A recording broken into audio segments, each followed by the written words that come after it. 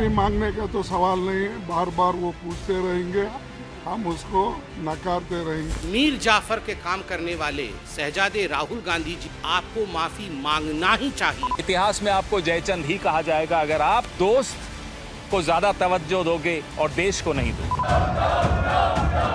संसद हो या सड़क हो, जैसे एक ही सीन बार बार रिपीट हो रहा है। सदन में सत्ता पक्ष और विपक्ष का हंगामा बदस्तूर जारी है।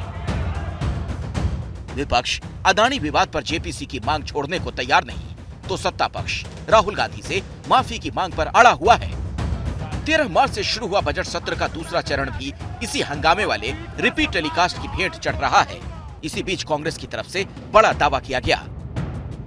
कांग्रेस सूत्रों का दावा है, सरकार ने प्रस्ताव दिया था अगर कांग्रेस अदानी विवाद पर जेपीसी की मांग छोड़ देती है तो सत्ता पक्ष राहुल गांधी से माफी की मांग छोड़ देगा।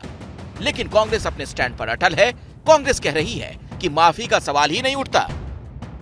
देखो, ये माफी मांगने का तो सवाल नहीं है, बार बार वो पूछते रहेंगे, हम उसको नकारते रहेंगे, उसमें कोई माने नहीं है।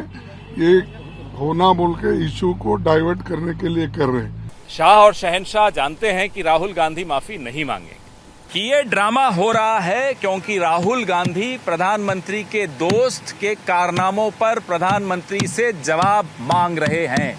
इतिहास में आपको जयचंद ही कहा जाएगा अगर आप इस तरह से अपने दोस्त को ज्यादा तवज्जो दोगे और देश को नहीं दोगे। संसद के बजट सत्र का ये दूसरा चरण 6 अप्रैल तक चलना है। इस दौरान राज्यसभा में 26 और लोकसभा में 11 विधेयक पास कराए जाने थे, लेकिन हंगामे के कारण एक दिन भी सदन नहीं चला। इससे अब तक लोकसभा में 63 करोड़ का, राज्यसभा में 38.5 करोड़ का नुकसान हो चुका है। यानी हंगामे में टैक्स पेयर्स की गाढ़ी कमाई के 101.5 करोड़ रुपए बर्बाद हो चुके हैं। वैसे आगे भी सूरत बदलने के आसार नहीं, क्योंकि दोनों पक्षों के बीच तल्खी कम होती दिखाई नहीं दे रही। सदन की तल्खी अब जुबान पर आ गई है और ऐतिहासिक किरदारों के जरिए निशाना साधा जा रहा है। विदेश की भूमि में जाकर मीर जाफर के काम करने वाले शहजादे राहुल गांधी जी से we don't request, not as BJP, but Hindustan के एक साधारण जनता के रूप में ये आदेश देते हैं, ये डिमांड करते हैं कि यू हैव टू अपोलोजाइज, आपको माफी मांगना ही चाहिए। संसद से सड़क तक हर पक्ष अपने राजनीतिक हित के मुताबिक आगे बढ़ रहा है।